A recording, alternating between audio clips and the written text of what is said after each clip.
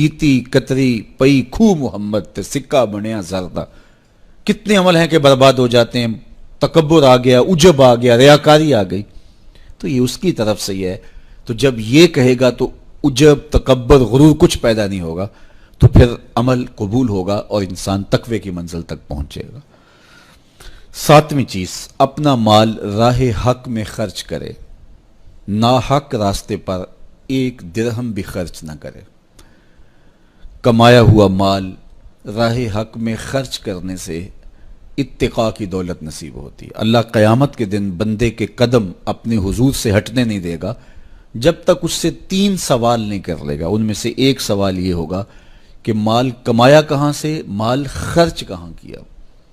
جس طرح مال حلال کمانا ضروری ہے، مال کو جائز جگہوں پہ خرچ کرنا بھی ضروری ہے، حق کے راستے پہ خرچ کرنا بھی ضروری ہے. اس لیے یہ اپنی طبع کے اندر لازم کر لے کہ کبھی بھی اس کا مال کسی ناجائز اور فضول کام میں خرچ نہ ہو، راہ حق میں اس کا مال لگے.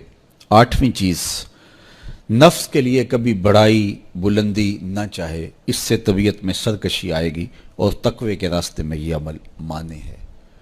اور نمازوں کی حفاظت کرے. نمازوں کی اگر حفاظت نہیں کرتا تو باقی سارے عمل اس کے پاس ہیں، تو وہ متقی کیسے بن سکتا ہے؟ چونکہ یہ تو اسلام کا بنیادی فریضہ ہے جو کسی اہل ایمان پر لازم کیا گیا ہے، جو کسی صورت کے اندر بھی، حتیٰ کہ حالت بیماری کے اندر بھی معافی جس کی نہیں ہے، سفر کے اندر بھی نماز کی معافی نہیں، مختصر کر دی گئی، قصر کر دی گئی، لیکن معافی نہیں دی گئی. حالت جنگ کے اندر بھی اس کی معافی نہیں ہے.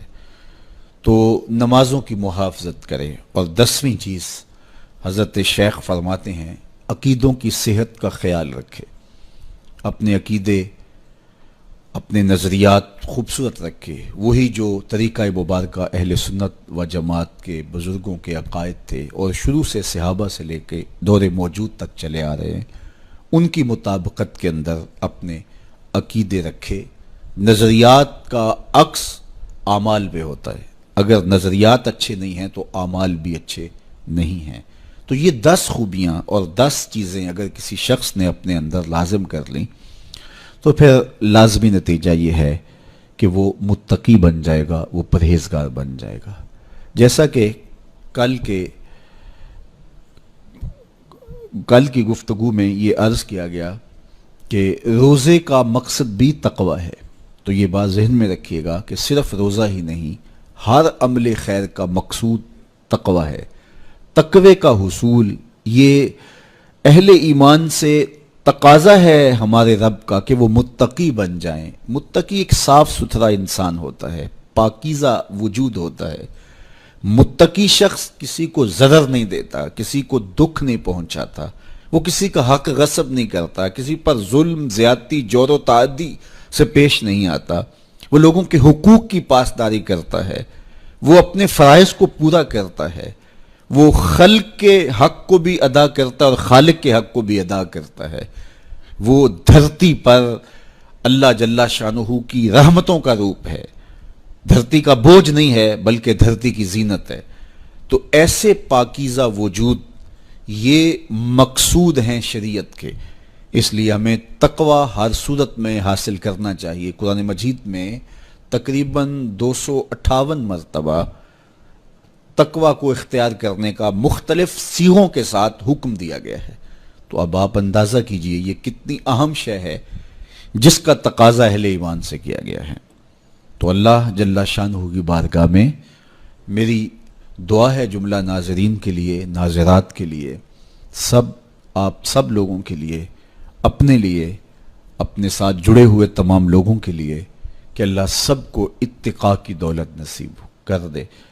یہ زندگی بے مقصد نہ گزر جائے. ہم جس مقصد کے لیے آئے ہیں ایسا نہ ہو کہ ساری زندگی گزار کے چلے جائیں اور خالی دامن لے کے اللہ کے حضور پیش ہوں. نہیں، اس دامن کو تقوی کے نور سے بھر کر اس کے حضور پیش ہوں، لیکن اس کے فضل پہ آس ہو، مغرور نہ ہونا، جو میسر آ جائے اس کو اللہ کا احسان سمجھنا، اور اس کے حضور کہا مالک مجھ سے تو یہی ہو سکا ہے، اور یہ بھی میری کوتاہیاں اور میری کمزوریوں کے ساتھ ہے سب کچھ، تو اپنے کرم سے میرے پہ رحم فرما۔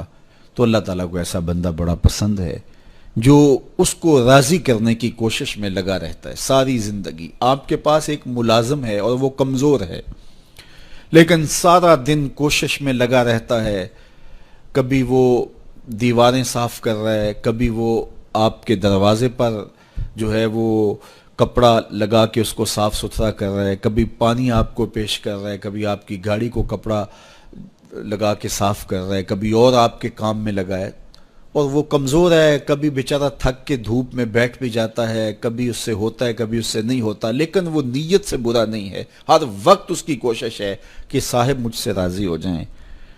تو آپ اس کی بہت ساری کوتاہیاں معاف کر دیتے ہیں، وہ کہتے ہیں یار کمزور ضرور ہے لیکن نیت کا ماڑا نہیں ہے۔